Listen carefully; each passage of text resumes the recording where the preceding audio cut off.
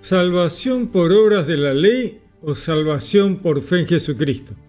Presten atención porque no es por obras, sino obras de la ley. Allí está el tema de si es salvación por fe o salvación por obras. Vamos a leer Gálatas, vamos a leer la carta a Gálatas, donde en Gálatas 2 se habla claramente sobre este tema.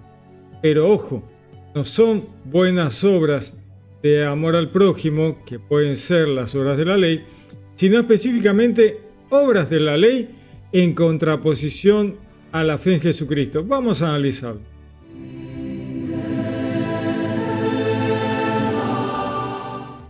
Vamos a leer la carta a los Gálatas.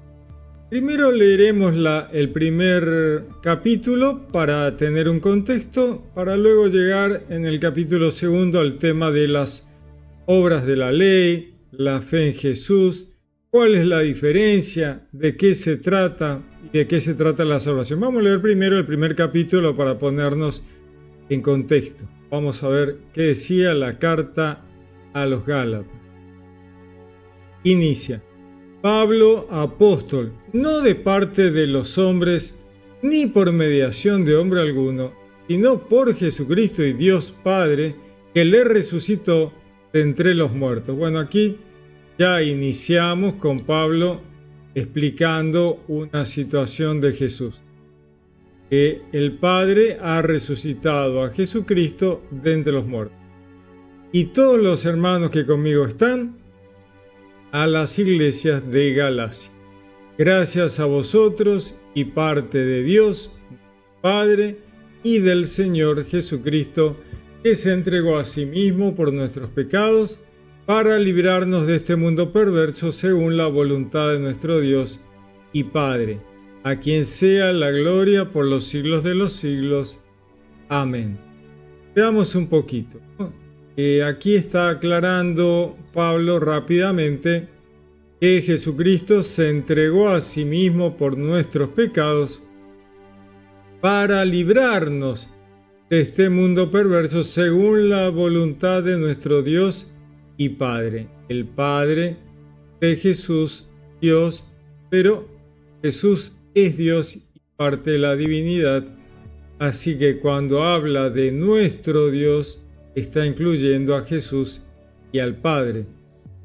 Este librarnos de este mundo perverso tiene relación con la salvación en cuanto a que Jesús está pagando un rescate por la humanidad. Jesús hace la voluntad del Padre, ¿no? Es según la voluntad de nuestro Dios y Padre. Jesús sigue la voluntad del Padre. Eso lo vemos en el Evangelio de Juan, donde nos habla de que el Verbo está vuelto hacia el Padre, ¿no? Esperando designios, la voluntad del Padre para hacer según sus deseos. A quien sea la gloria por los siglos de los siglos. Amén. Me maravillo de que, abandonando al que os llamó por la gracia de Cristo, os paséis tan pronto a otro evangelio. Interesante, ¿no? Pablo les dice, ¿cómo puede ser, no? Tan rápido están patinando en su conocimiento de la buena nueva y del evangelio. Dice, me maravillo de que, abandonando al que os llamó por la gracia de Cristo, os paséis tan pronto a otro evangelio. No es que haya otro, sino que hay algunos que os perturban y quieren deformar el Evangelio de Cristo. Pero aún cuando nosotros mismos o un ángel del cielo os anunciara un Evangelio distinto del que os hemos anunciado, sea anatema, sea cortado de la comunidad.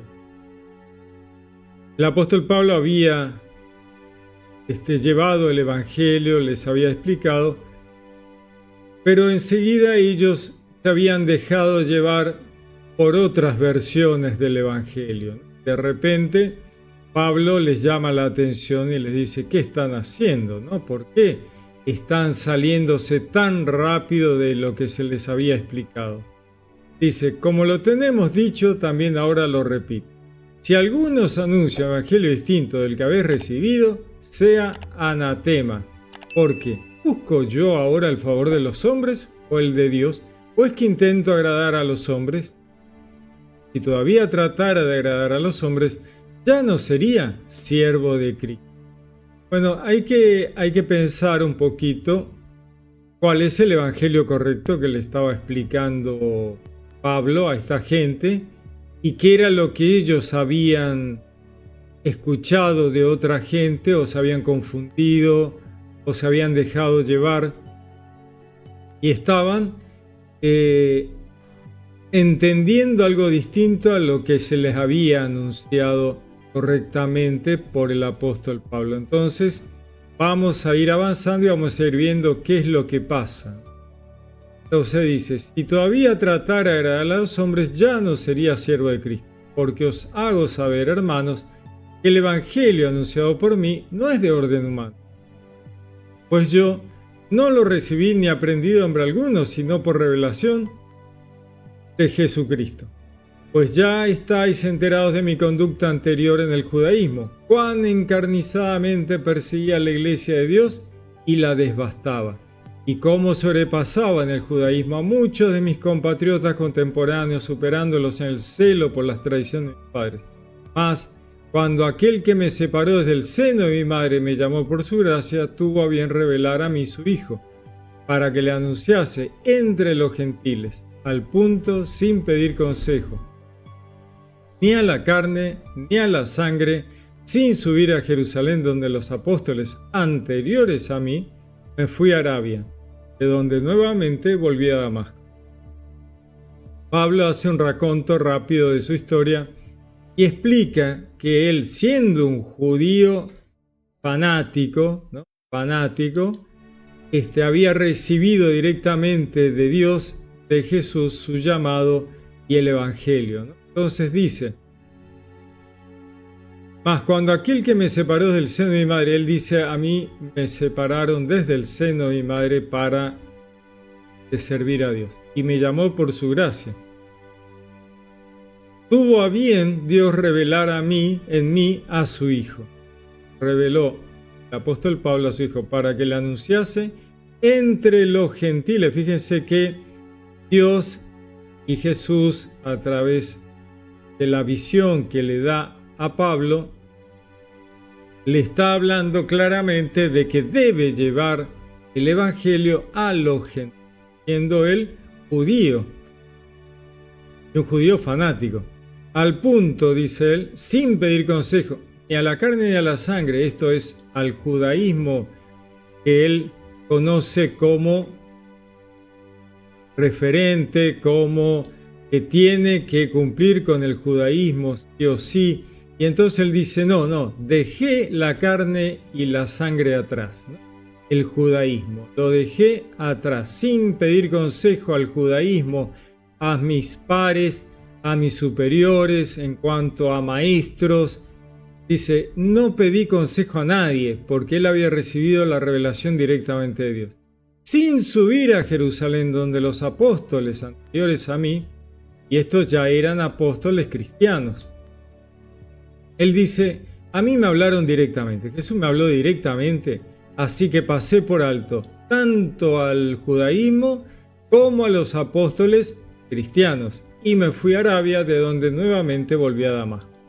Luego de allí, a 3 años, subí a Jerusalén para conocer a Cefas, a Pedro, y permanecí 15 días en su compañía. Fíjense que Pablo sabe que Pedro, que Cefas, es la cabeza jerárquica de la iglesia, esa iglesia primitiva. Así que él, 3 años después, sube a Jerusalén para conocer a Pedro, y permanecí, dice él, 15 días en su compañía. Y no vi a ningún otro apóstol, y sí a Santiago, el hermano del Señor. El hermano del Señor, recordemos, es un pariente cercano, seguramente un primo, porque, vamos a aclararlo una vez más, que el arameo que hablan todos estos chicos no tiene la palabra primo.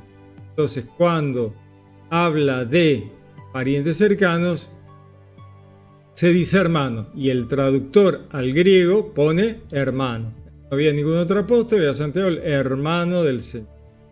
Y en lo que os escribo, Dios me es testigo de que no miento. Luego me fui a las regiones Siria y Cilicia, pero personalmente no me conocían las iglesias de Judea que están en Cristo. Fíjense que los cristianos de Judea no lo conocían. Él se fue a los gentiles, porque eso era lo que Jesús le había indicado. Solamente habían oído decir: el que antes nos perseguía ahora anuncia la buena nueva de la fe, que entonces quería destruir, ¿no? Esto decían los cristianos ex judíos de la zona de Judea, que sabían por oídas de Saulo, que ahora era Pablo, ¿no? Entonces ellos sabían, Saulo lo habían escuchado, de que la gente hablaba de lo terrible que era que cayera Saulo a llevarse preso a los cristianos. Entonces, el que antes nos perseguía ahora anuncia la buena nueva de la fe, que entonces quería destruir. Y glorificaban a Dios a causa de mí, dice el apóstol. Daban gloria a Dios por habérsele aparecido a Saulo y haberlo convertido.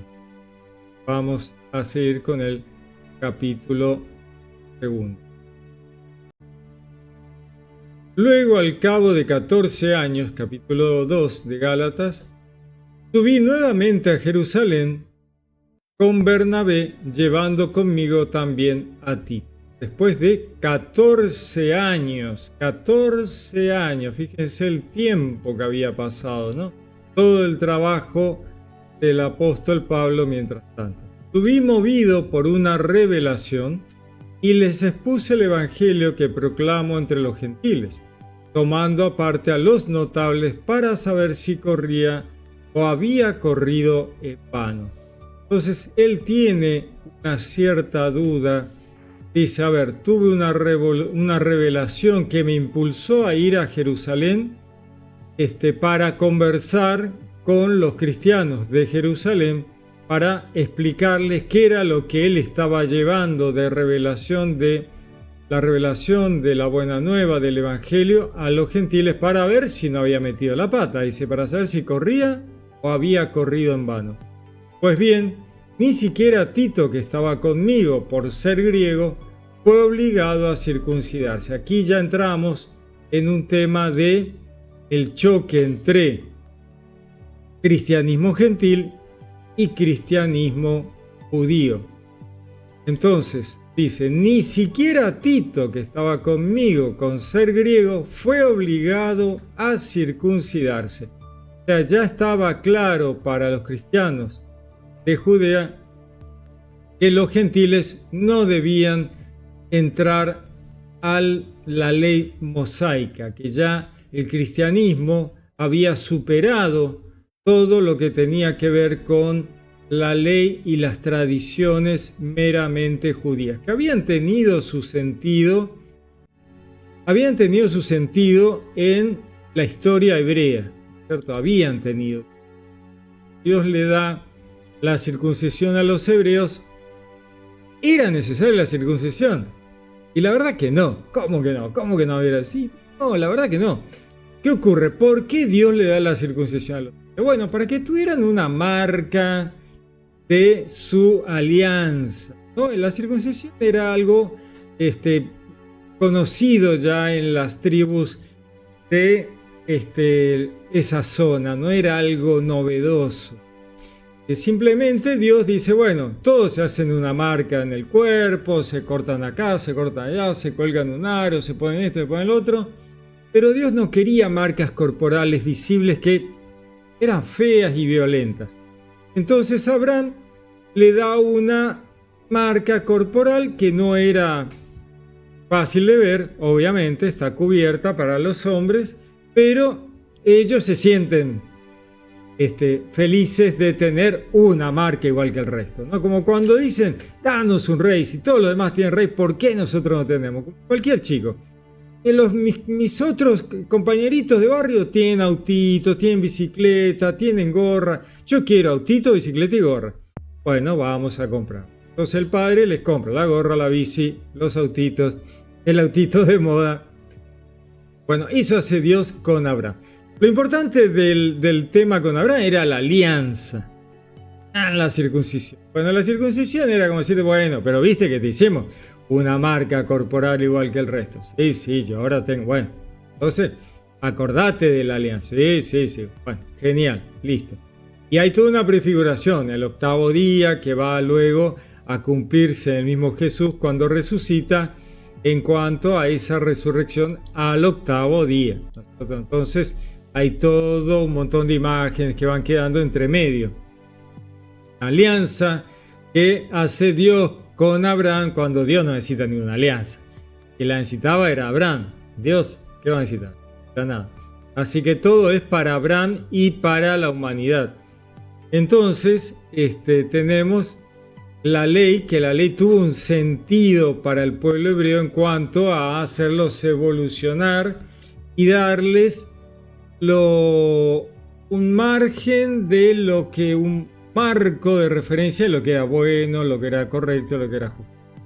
En un contexto de extremo salvajismo, ¿no? Esa gente que recibe la ley mosaica eran muy salvajes, muy salvajes. Entonces la ley mosaica, que uno ve la ley y dice, chao, esto es un desastre.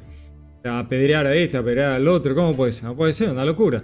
El esclavo esto, que el esclavo el otro. Entonces, ¿qué estamos hablando? Bueno, pero hay que tener en cuenta el contexto.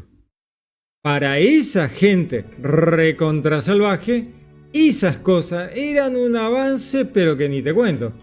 Como la ley del talión, ojo por ojo y diente por diente. Uno hoy dice, qué locura eso, qué barbaridad. Bueno, para aquellos que no tenían límite a la venganza, la ley del talión era un avance, wow, ya no podés matar a todo el canario y la tortuga y qué sé yo porque te chocaron el auto. Ahora hay un límite, ¿no? Camello por camello, burro por burro, pie por pie, mano por ojo por ojo. Bueno, entonces hay un límite a la venganza, un avance enorme, pero igual es una salvajada. Pero para nosotros hoy que somos gente civilizada, pero para esa gente que era en extremo salvaje, todo eso era un avance. Bueno, la ley mosaica fue un avance tremendo hasta que pasando el tiempo fue un atraso. Para cuando llegó Jesús, la ley mosaica atrasaba mal. Era un atraso tremendo, apedrear a la gente, horrible, mal, feo. Entonces, continuemos.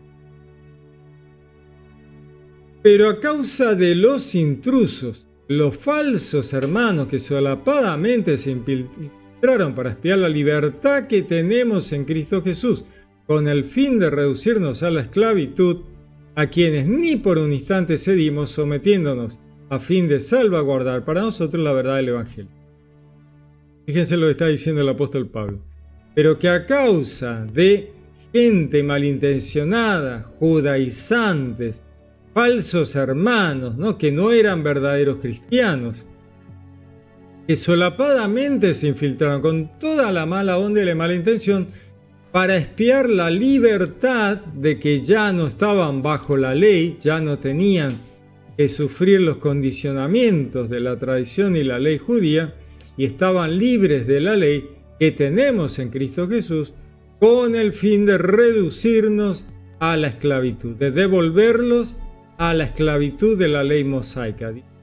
Pablo tiene esta claridad absoluta de pensamiento de que eso ya fue. Y eso que Pablo era un fanático judío. Sin embargo, él dice, esto ya fue, ahora somos libres de la ley. Estamos en un escalón superior donde el amor al prójimo engloba tanto a la ley como a los profetas, pero en la perfección. Ya no hay que volver atrás a apedrear a nadie. Dice, a quienes ni por un instante cedimos sometiéndonos a fin de salvaguardar para vosotros, para ustedes los Gálatas, toda la gentilidad, la verdad del Evangelio. Y de parte de los que eran tenidos por notables, ¿qué me importa lo que fuesen? Dice Pablo, ¿no? ¿Qué me importa lo que fuesen? En Dios no hay acepción de personas. En todo caso, los notables nada nuevo me impusieron. Estos notables son los apóstoles. Él dice, bueno, sí, fui a ver a los apóstoles. Estaban todos ahí, los notables, porque todo el mundo decía, wow, los apóstoles. Dice, ¿qué me importa que fueran los apóstoles? En Dios no hay acepción de personas, en todo caso los notables nada nuevo me impusieron. Está diciendo Pablo, estaban de acuerdo con lo que yo hice. Los apóstoles estaban de acuerdo con lo que él hizo en la gentilidad. Antes, al contrario, viendo que me había sido confiada la evangelización de los incircuncisos, los gentiles, al igual que a Pedro, la de los circuncisos. Fíjense cómo Pablo dice que había como una cierta división de a quién iba cada uno. Yo me fui a la gentilidad y Pedro se fue al judaísmo, a convertir a los judíos y yo a convertir a los gentiles. Pues el que actuó en Pedro para hacer de él un apóstol de los circuncisos, de los judíos, actuó también en mí para hacerme apóstol de los gentiles. Jesús, Dios, actuó en Pedro para hacer de él un apóstol de los judíos, actuó también en mí para hacerme apóstol de los gentiles. Y reconociendo la gracia que me había sido concedida, Santiago, Cefas y Juan, que eran considerados como columnas del cristianismo, de ese cristianismo primitivo, de la iglesia primaria, nos tendieron la mano en señal de comunión, a mí y a Bernabé. Nosotros nos iríamos a los gentiles y ellos a los circuncisos. Es como dividen la hacienda. Dividen la hacienda y entonces dice que Bernabé y él iban a irse por haber llegado a un acuerdo a los gentiles, mientras Pedro, Santiago, Cefas, Juan y el resto de los apóstoles iban a ir a los circuncisos. Después los apóstoles también fueron a los gentiles, llegaron hasta India, pero bueno, eso llevó otro tiempo. Solo que nosotros debíamos tener presente a los pobres. Estos pobres son los pobres ahí de Jerusalén que la estaban pasando muy mal. Entonces se comprometen en hacer colectas y remitir dinero para ayudar a la iglesia de Jerusalén que la estaba pasando mal. Entonces solo que nosotros debíamos tener presente a los pobres, cosa que he procurado cumplir con todo esmero. Mas cuando vino Cefas a Antioquía, me enfrenté con él cara a cara porque era digno de reprensión. Pablo se enoja con Pedro en Antioquía porque dice que no estaba obrando correctamente en este problema de que él, Cefas, Pedro, era muy judío y por eso él iba a ocuparse de los cristianos que eran judíos conversos. Entonces, él le costó a Pedro soltar eso, ¿no? Pues antes que llegaran algunos del grupo de Santiago, Pedro comía en compañía de los gentiles. Pero una vez que aquellos llegaron, ¿no?, aquellos del grupo de Santiago, se le vio recatarse y separarse por temor a los conversos judíos, los circuncisos. Pablo le llama circuncisos a los cristianos que eran judíos conversos.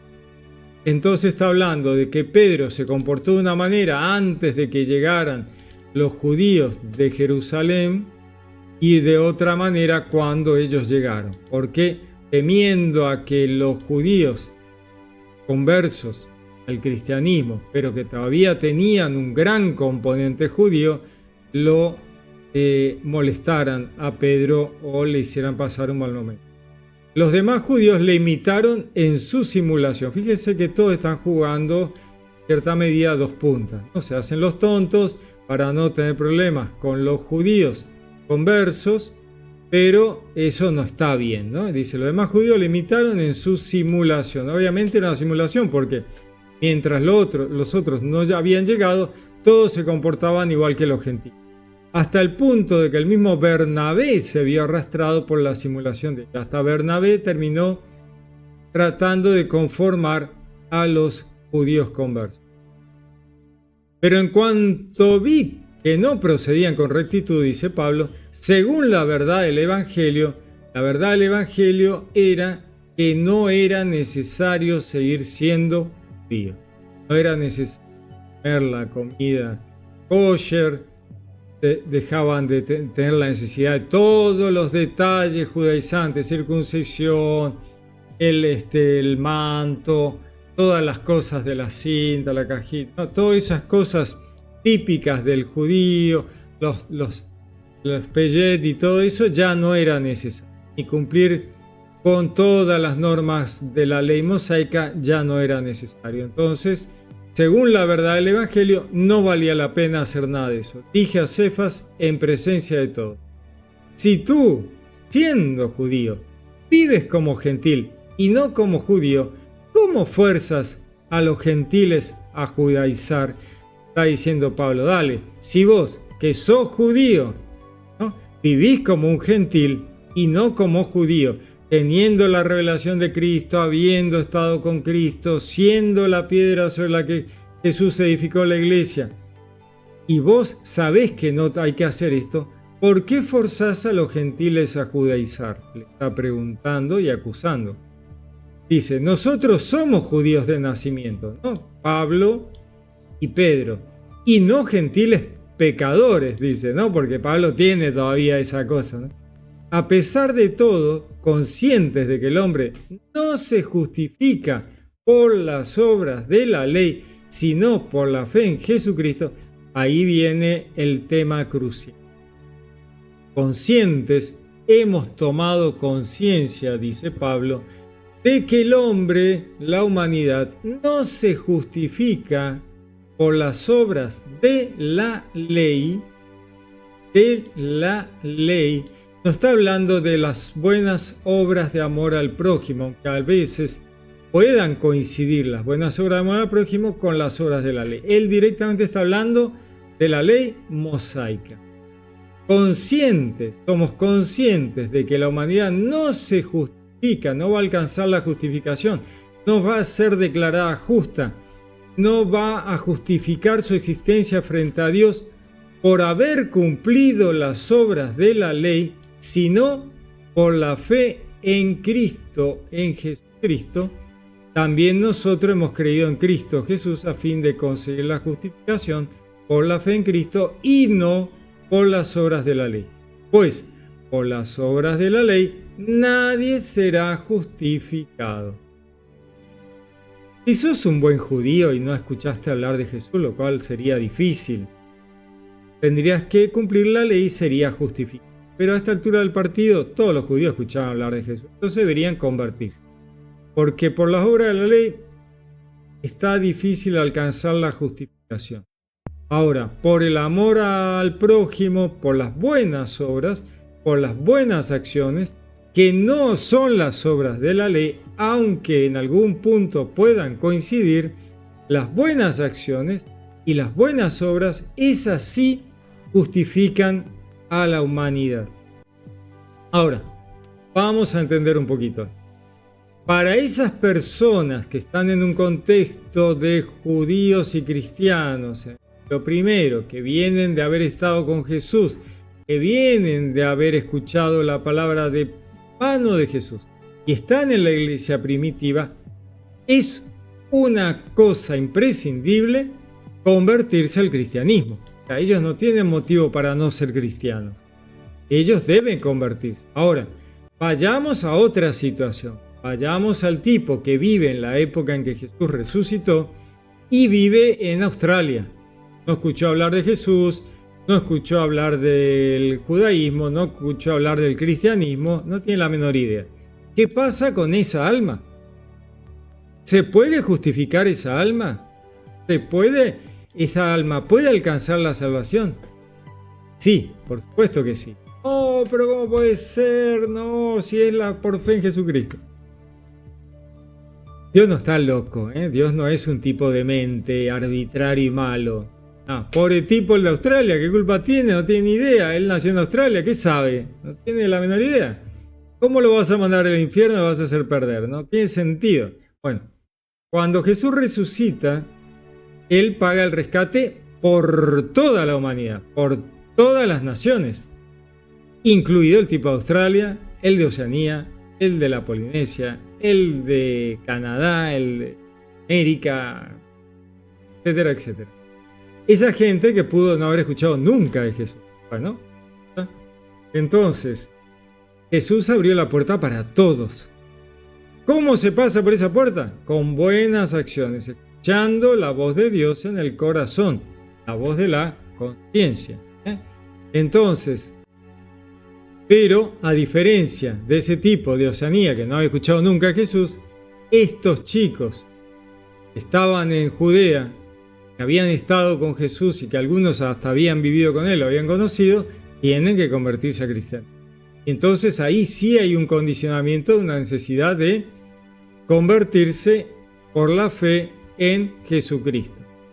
Es distinta la situación. Entonces, dice, la justificación es por la fe en Cristo y no por las obras de la ley mosaica. O sea, basta de judaísmo y nos pasamos al cristianismo. Recordemos a Jesús con la samaritana en el pozo de Jacob. Todo el que beba del agua que vos estás sacando del pozo de Jacob, o sea, todos los que beban del judaísmo siempre van a tener sed, le dijo Jesús a la samaritana. Pero los que beban del agua que yo les voy a dar, la fe en Cristo, el agua que yo le dé, el cristianismo, esa gente no solo no va a volver a tener sed de trascendentalidad, sino que se van a convertir en agua viva para otros, porque van a llevar el evangelio, la buena nueva, a otros. Entonces continúa.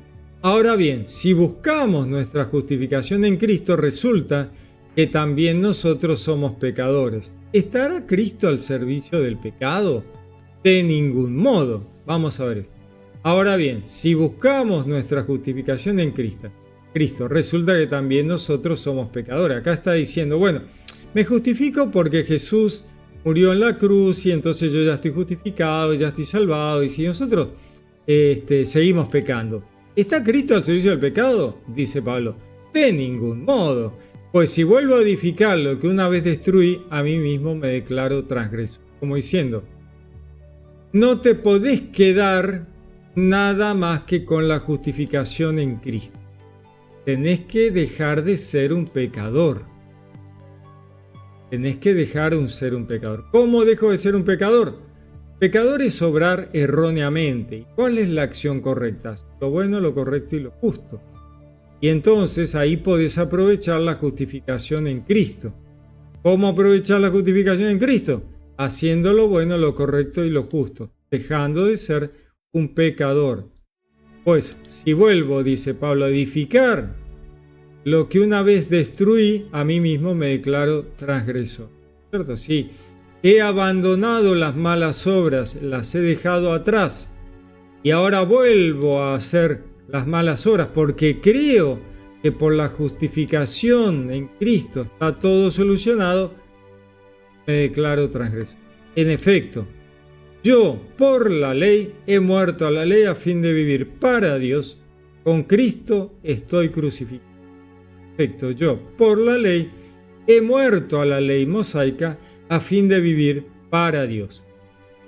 Con Cristo estoy crucificado y la ley ha quedado clavada en la cruz. Ya no tiene sentido. Y no vivo yo, sino que es Cristo quien vive en mí. La vida que vivo al presente en la carne, la vivo en la fe de Cristo, la fe del Hijo de Dios, que me amó y se entregó a sí mismo por...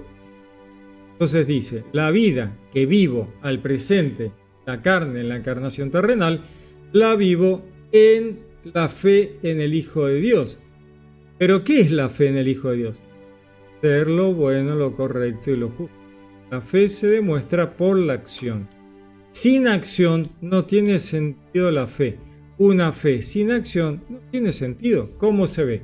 Por sus frutos los conoceréis, dijo. Por la acción. No tengo por inútil la gracia de Dios, pues si por la ley se obtuviera la justificación, entonces hubiese muerto Cristo en vano.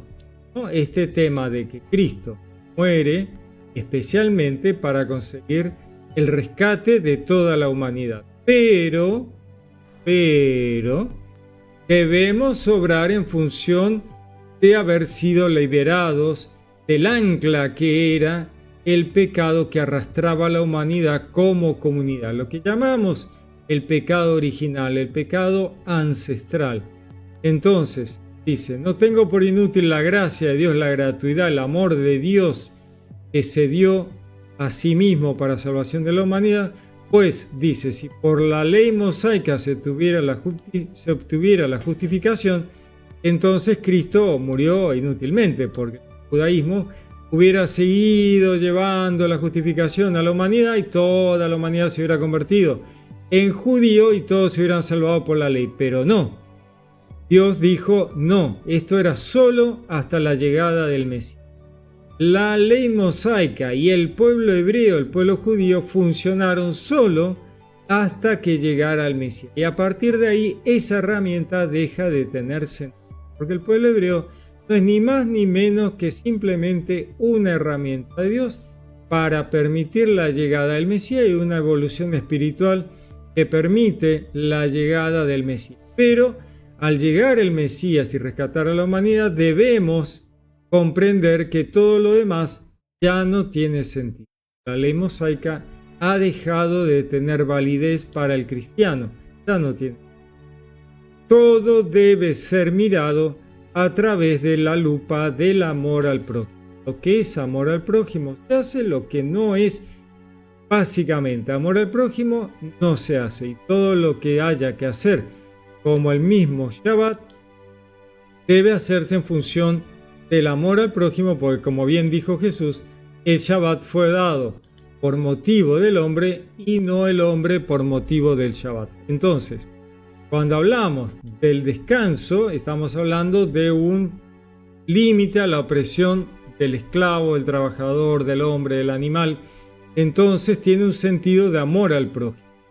Para eso tiene sentido el Shabbat. Entonces, cuando la iglesia primitiva pasa de tener el Shabbat en sábado y lo pasa al domingo, es por una cuestión de mejorar la comprensión del cristianismo. ¿Por qué? Porque el Shabbat tenía sentido en contexto judío, pero ahora éramos cristianos y entonces el día del Señor es el octavo, el día siguiente al Shabbat. Ese fue el día que Jesús resucitó. Entonces, seguir con un Shabbat en sábado no tiene ningún sentido. Sin embargo, el descanso se siguió haciendo. La iglesia se detenía en domingo para juntarse, tener la liturgia, partir el pan, leer las lecturas del Antiguo Testamento, leer las cartas que ya circulaban en la iglesia primitiva y los protoevangelios, luego los primeros evangelios. Entonces esa primera liturgia ya existía, como nos habla Justino Mártir en el año 105 más o menos, ya existía. Entonces vemos que hay una cuestión de que si por la ley se obtuviera la justificación, entonces Cristo hubiera muerto en vano. Pero esto tiene que ver con temas judaicos de la justificación por las obras de la ley y no por el rescate de Dios de toda la humanidad. Debemos comprender claramente la diferencia que hay entre rescate de Dios por toda la humanidad y los temas judíos y las buenas acciones que no son las obras de la ley. Cuando se habla de justificación por obras o por fe, se está hablando de una separación entre obras de la ley mosaica y buenas acciones, que es la fe en Jesucristo. Muy bien, les dejo algo para pensar, que Dios los bendiga, gran afecto, Pablo Castro.